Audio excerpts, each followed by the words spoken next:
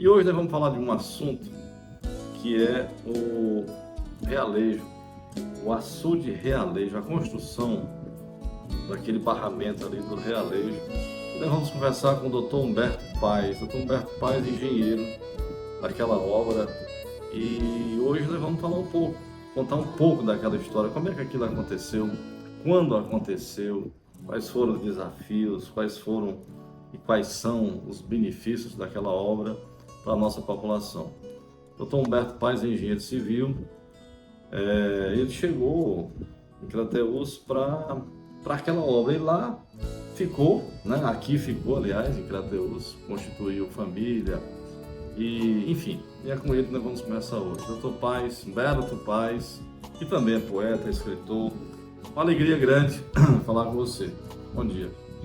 É um prazer imenso fazer esta matéria com você, para que seja divulgado para o conhecimento das novas gerações de Crateús, saber um pouco como aquilo tudo aconteceu, né? Eu vou começar pela elaboração do projeto. Esse projeto foi elaborado no ano de 1952.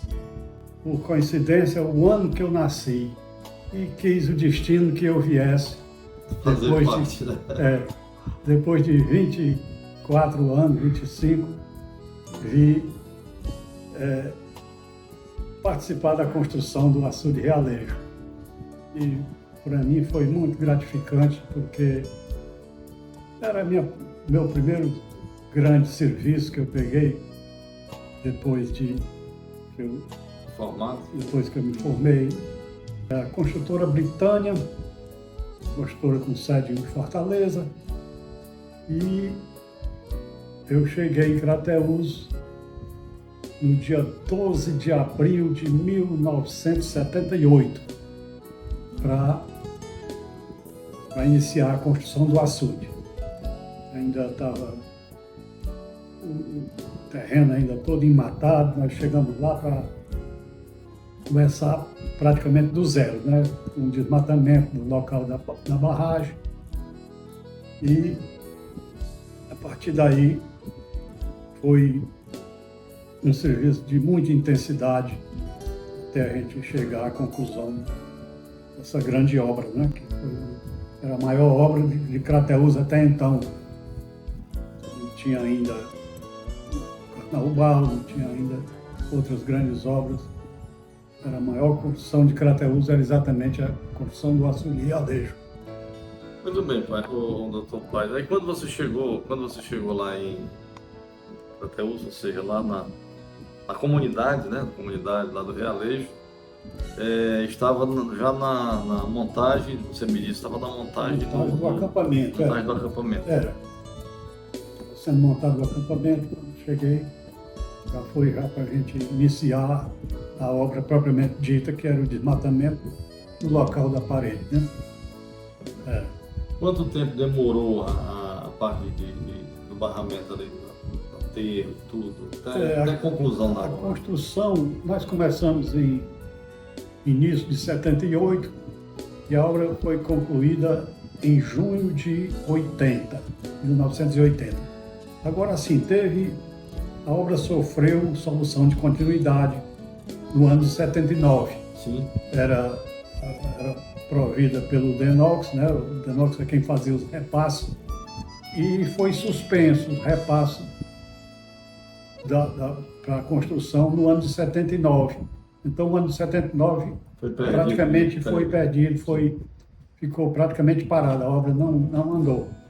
Ficou somente o pessoal tomando de conta lá do equipamento. Eu até, nessa época, fui fazer uma subestação da Chesf lá, em Boa Esperança, do Piauí com o Maranhão, né? Sim. E só retornei no início de 80. Nos primeiros dias de 80 a gente recomeçou a construção e no meio do ano foi concluído, né? Concluído em junho de 1980. Ô Paes, você lembra assim que um açude daquele porte ele demorou para ter a sua captação d'água suficiente para sangrar, né? Você lembra que ano foi que ele encheu e que ano foi que ele começou a sangrar? Nos anos de 80 até 83, os invernos foram muito fracos, né? Realmente, 88, 82, 83 foi mais seca, né? Ele veio aumentar um pouco a partir de 84. Certo. Sua capacidade foi a recarga dele foi a partir de 84, 85. Aí eu não estou bem certo, mas deve ter sido em 85 a primeira sangria, ou 86. 86. Eu acredito que num desses 2 anos, com certeza, como foi a primeira sangria dele. Foi uns anos que choveram bastante, né? A partir de 84, 85 e 86 foram um ano de muita chuva, e aí ele teve a primeira sangria. O doutor Paz, você lembra qual era, assim que concluíram, que foi projetado, qual era a capacidade de armazenamento dele? A capacidade de armazenamento é de 31 milhões e 500 mil metros cúbicos. 31 milhões e meio de metros cúbicos. Cada água, né? É muita água. Muita água, muita água. Outra curiosidade, assim, naquela época da construção, praticamente aquela vila ali ainda não tinha pouquíssimas casas, né, que tinha ali. Uma coisa que eu acho assim, mais impactante quando eu chego ali, né, a visitar é que quando eu cheguei na construção da obra, o lado lá na margem direita do açude, onde hoje é a cidade do Realengo, que é praticamente uma cidade. Sim. Não existia nenhuma casa. O que existia era um quartinho de taipa desabitado. Ele era só talvez para guardar assim, algum ferramenta, alguma ferramenta. Era uma coisa que vivia fechado. Casinho de taipa de 3x4. Era o tamanho. A única construção que tinha daquele lado. E a gente chega hoje em dia, vê uma cidade daquele tamanho. É uma coisa que impacta muito. É uma vila e tanto hoje, né? Praticamente uma cidade. Assim, uma outra pergunta, Paz. Essa obra, você falou primeiro no DENOX no início, mas desde o início até o fim, ela foi, como é que se diz assim? Ela foi administrada pelo DENOX durante todo o tempo? Foi. Uma obra com recurso federal, no caso. Recurso federal, o DENOX é quem fiscalizava, toda semana eles estavam lá para conferir se a construção estava andando direito, se estava tudo dentro. Tinha um fiscal permanente lá, no mestre de obra, permanentemente na obra, e a equipe de engenheiros, praticamente quase toda semana, estavam lá para visitar, para acompanhar o serviço. De modo que é um serviço muito bem feito, muito seguro, uma obra que tem para séculos sem fim. Foi feita dentro do capricho. Dentro do capricho, né, pai? Com certeza. Sim, mas a questão, bom, você entregou a obra, o DENOX recebeu e tal, a parte de implantação dos projetos, aí você não acompanhou, né? Porque a sua atribuição era mais só em relação à construção do barramento, né? Essa parte lá de pivô, essas coisas todas, você aí já não acompanhou? Não, isso aí já foi uma outra etapa, já posteriormente não pertencia mais à empreitada da empresa, né? Muito bem. Doutor Paz, como eu falei no início, este ano a nossa cidade completa 193 anos, né? E eu sei que a sua participação na cidade não foi só na construção do barramento do Realejo, né, do açude, da parede do açude do Realejo. Você teve a oportunidade de prestar serviço em outras obras em Crateús. Você poderia relembrar para nós que obras foram essas que você teve e teve a sua participação?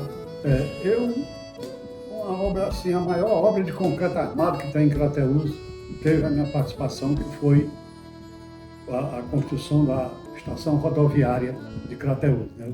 Eu estive à frente da construção, a partir do desmatamento também.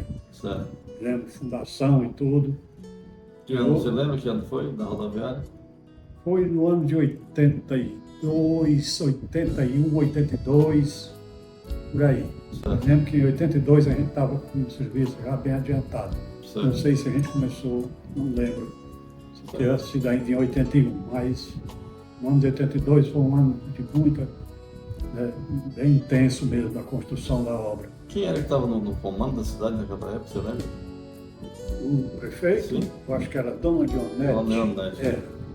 Dionete Camerim. Certo. Bom, fora a rodoviária... Aí teve outras obras que eu tive participação até mais...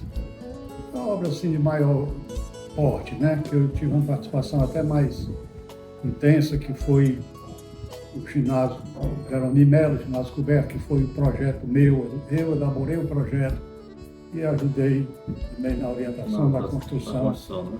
Também. Teatro? O outro teatro também é projeto de minha autoria. Rosa Moraes. Projeto do Teatro Rosa Moraes, projeto de minha autoria também, acompanhei a construção. Biblioteca Norberto Ferreira, também é projeto de minha autoria. Mas você já foi na época do Dr. Paulo Nazareno? Foi, na época do prefeito Dr. Paulo Nazareno. O teatro e a biblioteca, na gestão do Dr. Paulo Nazareno. E sim, de obras de maior vulto que eu tenho essa. Agora, se for contar com projetos residenciais, prédios comerciais, aí tem em cada rua encontra alguma coisa que eu fiz. Seja de parte de serviço particular ou serviço público, que eu também trabalhei na prefeitura, né? Fui secretário de obras, na gestão do Dr. Zé Almir, Dr. Nezé, Dr. Paulo Nazareno e tal. E projetei muitas coisas, aquela avenida de Gilberto Frota, tem aqueles cortes da Feira Livre ali, tudo foi projeto meu, ideia minha até, de revestir aquelas paredão, revestir de pedra, tanto na próxima Feira Livre. A gente chama do corte ali, né? No corte da Feira Livre, naquele outro lá, próximo ao antigo Manuel Mano. Sim.